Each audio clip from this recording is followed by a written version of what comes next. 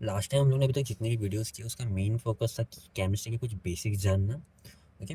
And जो हम लोग ने अभी तक लर्न किया था ना, वैलेंसी, चार्ज, केमिकल फार्मूला, उसका मेन चीज हम लोग को केमिकल रिएक्शन सॉल्व करना है। ओके। क्योंकि बहुत सारे स्टूडेंट है जिसको केमिकल रिएक्शन सॉल्व करना आता नहीं, या फिर समझ में नहीं आता कि किस तरीके से करे उसको, मतलब अगर से ये दो केमिकल रिएक्ट होंगे तो क्या बनता है ना। तो हम उसी चीज़ को अभी समझने का ट्राई करेंगे। अब जिस जो चीज़ मैं अभी बताने वाला हूँ उससे लगभग, अगर से महाराष्ट्र बोर्ड से हो आप, तो 70 to 80% ऑफ रिएक्शन सारी वैसे ही सॉल्व होने वाली है। मीन्स अगर से वो मेथड आप समझ लेते हो तो उसी तरीके से होने वाली है। बाकी कुछ थोड़ा अलग मेथड्स रहते हैं। ओके। तो स्टार्ट करते हैं, बट अगेन केमिकल रिएक्शन होता क्या है पहले वो चीज़ हम समझ लेते हैं कि केमिकल रिएक्शन है क्या। तो पहले लिख लेते हैं हम लोग केमिकल रिएक्शन। सिंपल से टर्म में समझने का ट्राई करेंगे। देखो, जब कोई भी दो केमिकल, तो हम ले लेते हैं एज एग्जांपल ए और बी, ये दो केमिकल है। जब कोई भी दो केमिकल एक दूसरे के साथ रिएक्ट करके कुछ एक नया केमिकल का फॉर्मेशन करते हैं, तो ये जो प्रोसेस हो रही है इसी प्रोसेस को हम क्या बोलते हैं, इस प्रोसेस को बोलते हैं केमिकल रिएक्शंस। ओके। समझ में केमिकल रिएक्शंस क्या होती है क्या। सर, कोई भी दो केमिकल अलग अलग से जो भी रहेगा वो एक में के साथ रिएक्ट करके कुछ एक नया तीसरा केमिकल का फॉर्मेशन करता है, तो जो प्रोसेस है उसी को हम बोलते हैं केमिकल रिएक्शन। ठीक है। अब इसका एक नॉर्मल सा एग्जांपल ले लेते हैं एंड कुछ और बेसिक चीज समझ लेते हैं। ये जो हमारी केमिकल रिएक्शन होती है, केमिकल रिएक्शन में जो आपको एरो दिख रहा है, ये एरो हमको क्या बताता है, ये बताता है हम लोग को डायरेक्शन ऑफ रिएक्शन। तो अगर से ध्यान से, क्योंकि ये बस वन ही डायरेक्शन दिखा रहा है ना, तो इसका मतलब रिएक्शन क्या बता रहा है कि ये चीज से ये बन रहा है, मतलब ए और बी रिएक्ट करके सी बना रहे। कभी कभी आपको यही एरो ऐसे डबल फॉर्म में देखने मिलता है, इस तरीके से। तो ये जो एरो, ये कौन सा एरो, ये हमको बताता है रिवर्सिबल रिएक्शन, मतलब जो रिएक्शन हो रही है वो रिवर्सिबल है। तो यहाँ पे हम लिख लेते हैं A plus B is equal to C plus D. इसका मतलब है ए और बी रिएक्ट करके सी और डी बनाते हैं, एंड सी और डी रिएक्ट करके वापस ए और बी बनाते हैं, मीन्स रिएक्शन रिवर्सिबल है। समझ में आया। तो एरो वाला पार्ट क्लियर हो गया। अब सेकंड चीज, एरो के जो लेफ्ट साइड वाला पार्ट रहता है ये वाला, तो एरो के लेफ्ट साइड में जो भी रहता है उसको हम लोग बोलते हैं रिएक्टेंट। रिएक्टेंट, रिएक्टेंट मतलब जो रिएक्शन में क्या करते हैं, जो रिएक्शन में रिएक्ट करते हैं। ओके। एंड रिएक्टेंट के रिएक्ट करने से जो हमारा राइट साइड में आता है, उस जो बनता है उस चीज को हम लोग क्या बोलते हैं, उसको हम लोग बोलते हैं प्रोडक्ट। प्रोडक्ट कब बनता है, जब रिएक्टेंट एक दूसरे के साथ रिएक्ट करते हैं। ये कुछ बातें क्लियर हो गई। ओके। अगेन अभी इसमें पूरा डीप स्टडी है केमिकल रिएक्शन का। जब मैं 10th स्टैंडर्ड का सेशन स्टार्ट करूंगा तो उसमें पूरा केमिकल रिएक्शन पूरा टॉपिक है, तब मैं उसमें एक्सप्लेन करूंगा। अभी फिलहाल के लिए बस एक बेसिक चीज बताना था, एंड मेन केमिकल रिएक्शन कैसे करते हैं वो समझना है। ओके। तो स्टार्ट करते हैं। अब कोई भी पहले केमिकल ले लेते हैं, कोई भी नॉर्मल से केमिकल रिएक्शन लेंगे।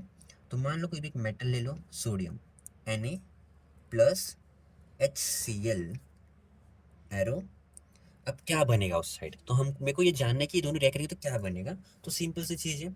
सबसे पहला स्टेप रहता है एटम्स या फिर ग्रुप ऑफ एटम को अंडरलाइन कर लो। जैसे कि सोडियम एक एटम है, एच सी एल में एक एच रहता है और एक सी एल रहता है। ओके। एटम को अंडरलाइन कर लिया, यहाँ पे ग्रुप ऑफ एटम नहीं है, ठीक है, एटम्स को मैंने अंडरलाइन कर लिया। अभी अंडरलाइन करने के बाद आपको उसका चार्ज लिखना है। जैसे कि सोडियम का क्या चार्ज होता है, सोडियम का चार्ज होता है +1। हाइड्रोजन का अगेन उसका +1 होता है, एंड Cl का -1। हाइड्रोजन का +1 कैसे है ये मैंने आपको अगेन एक्सप्लेन किया हूँ वैलेंसी और चार्ज वाले पार्ट में, जब एग्जांपल ले रहे थे हाइड्रोजन का। क्या बताया था, अगर सर हाइड्रोजन के साथ कभी भी नॉन मेटल के साथ में प्रेजेंट है, हाइड्रोजन के साथ नॉन मेटल या फिर कभी भी हाइड्रोजन नॉन मेटल के साथ में प्रेजेंट है, तो हमेशा हाइड्रोजन का चार्ज हम लोग हमेशा +1 लेते हैं। ओके। एंड ज़्यादातर करके हम लोग जितनी भी केमिकल रिएक्शन करने वाले सारे केमिकल रिएक्शन में हम लोग हाइड्रोजन का +1 ही लेने वाले। ठीक है।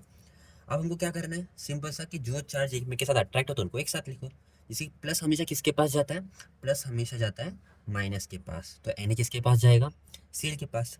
अब इस प्लस को किसके पास जाने वाला कोई दूसरा है नहीं है, तो बोलो अकेला रह जाएगा। तो हमको इतना समझ में आ गया कि जो Na है सोडियम, Na किसके साथ रिएक्ट करने वाला है, Cl के साथ। तो NaCl को लिख लिया। अब दोनों के नीचे में उनके वैलेंसी लिख लेते हैं। तो यार इसके पहले वीडियो में हमने जो स्टडी किया था वही यहाँ पे अप्लाई करने वाले। सोडियम की वैलेंसी 1, Cl की वैलेंसी 1, एंड क्या करने का, cross multiply. Na into 1 NaCl मतलब NaCl रिएक्ट करेगा तो क्या बनेगा NaCl, तो यहाँ पे आंसर आ जाएगा NaCl प्लस। अब हाइड्रोजन अकेला था तो H लिख देंगे, पर हमको पता है कि जो हाइड्रोजन एटम है स्टेबल नहीं रहता, तो वो अब वहाँ पे तो कोई दूसरा है नहीं, तो हम क्या करेंगे हाइड्रोजन के साथ ही जोड़ देंगे, तो वहाँ पे क्या लिख देंगे H2। ठीक है, ये याद रखना कुछ बेसिक चीज़ है। मतलब ये दोनों रिएक्ट करने पे क्या बना NaCl और H2, तो इस तरीके से हमको पता चलता है। अभी हम और बहुत सारे रिएक्शन लेने का ट्राई करेंगे सॉल्व करने का। ओके, अभी हम लोग ले लेते हैं कोई भी सिंपल सी reaction, magnesium plus HCl। Okay, अब मैग्नीशियम HCl करेंगे तो पहला स्टेप क्या है सर, पहला स्टेप है एटम या फिर ग्रुप ऑफ एटम को अलग कर लो। तो अगेन मैं यहाँ पे ना स्टेप भी मेंशन कर देता हूँ। पहला स्टेप क्या है, सेपरेशन ऑफ एटम और ग्रुप ऑफ एन एटम, इन लोग को सेपरेट करना। ठीक है, तो पहले हम वो कर लेते हैं। हाँ सर, मैग्नीशियम और HCl में एक H होता है और एक Cl होता है। ठीक है, फिर सेकंड स्टेप क्या आता है, सेकंड स्टेप आता है कि अब जो भी एटम को सेपरेट किया गया है उनको चार्ज देने का, तो पुट चार्ज ऑफ एटम और ग्रुप ऑफ एटम, समझ में अभी चार्ज लिख देने का। तो मैग्नीशियम का चार्ज क्या होता है, मैग्नीशियम का चार्ज होता है +2। अगेन अगर से जो सोच रहे सर इस सर को पता कैसे चल रही है +2 चार्ज है, हम लोग ने ऑलरेडी कर चुके हैं। तो किसी को डाउट आ रहा है तो पहले वाले वीडियो में जाओ, वैलेंसियन चार्ज इलेक्ट्रॉनिक कॉन्वर्जेशन, उसको थोड़ा देख लो तब आपको समझ में आएगा। ओके, एच का क्या चार्ज होता है, एच का होता है +1 और Cl का क्या होता है, वो होता है -1। ठीक है, तो अभी लॉजिकली समझो प्लस किसके पास जाता है, हमेशा plus will always go toward minus, and इस प्लस के लिए कोई दूसरा है नहीं, तो यहाँ पे क्या बनेगा Mg जाएगा Cl के पास, तो पहले लिख दो Mg एंड Cl। Mg की वैलेंसी 2, क्लोरीन की वैलेंसी 1, यहाँ पे क्या होगा cross multiply Mg into 1 Mg Cl into 2, तो MgCl2। और अकेला कौन बचा, हाइड्रोजन, पर हाइड्रोजन एटम अकेला रहता है क्या, नहीं, तो इसका हम क्या लिख देंगे H2। ठीक है, जनरली अगर कभी कभी ना नॉन मेटल अकेले से बच जाते हैं ना, तो उसको हम उसके मॉलिकुलर मींस क्या बोलते हैं, मॉलिक्यूल ऑफ एलिमेंट के फॉर्म में लिख देते हैं हम। ठीक है, यहाँ तक क्लियर हुआ। तो इस तरीके से हमको पता चला कि मैग्नीशियम और HCl रिएक्ट करेगा तो वो मैग्नीशियम क्लोराइड प्लस क्या बनाएगा, हाइड्रोजन गैस। और कुछ कुछ रिएक्शन है वो भी हम देख लेते हैं। ओके, आगे रिएक्शन में जाने से पहले ना, जो मैं बोला था कि एटम और ग्रुप ऑफ एटम को अंडरलाइन कर लो, तो ग्रुप ऑफ एटम क्या चीज़ है मैं वो भी पहले बता देता हूँ। ओके, देखो कुछ कुछ एटम्स तो साथ में अकेले रहते हैं ना, एटम्स का तो पता है हम लोग को, बट कुछ कुछ ऐसे एटम्स हैं जो ग्रुप में रहना पसंद करते हैं, जैसे कि कौन, एक एक एग्जांपल लेंगे। एक होता है OH हाइड्रोक्साइड, ओके, एक होता है कौन CO3। ओके, आगे इन सब के ऊपर चार्ज भी रहता है, जैसे OH के ऊपर होता है -1, CO3 के ऊपर होता है -2, एक होता है SO4 के ऊपर होता है -2। वैसे ही आगे जाएंगे तो NO3 इसके ऊपर होता है -1, अगेन एक आता है NH4 इसके ऊपर होता है प्लस का। तो बेसिकली 8, 9, 10 स्टैंडर्ड में ये कॉमन चीज़ है। ओके, ये सारे कॉमन पॉली एटॉमिक आयन्स है जो आप लोग को पता होना चाहिए। ठीक है, इनके चार्ज पता होना चाहिए। अगर से OH दिखा तो OH के नीचे में हमेशा आप कौन सा चार्ज लिखोगे, -1। CO3 दिखा तो उसके नीचे में क्या चार्ज आएगा, -2। ओके, SO4 के लिए क्या चार्ज आएगा, अगेन सर -2। NO3 के लिए सर -1 एंड NH4 के लिए +1। ठीक है, इतना क्लियर हो गया। हाँ, अगर से इनकी वैलेंसी पूछी जाएगी तो वैलेंसी में आपको ना बस ये नंबर लिखना है। OH का अगर जैसे हम क्रॉस मल्टीप्लाई करेंगे ना तो उस टाइम वैलेंस लिखना पड़ता है, तो वहाँ पे आपको क्या लिखना है, सिर्फ नंबर लिखना है 1, चार्ज वाला नंबर। ठीक है, तो अगेन अभी कुछ एग्जांपल स्टार्ट करते हैं। अभी हम लोग एसिड और बेस का रिएक्शन करेंगे, तो HCl प्लस NaOH।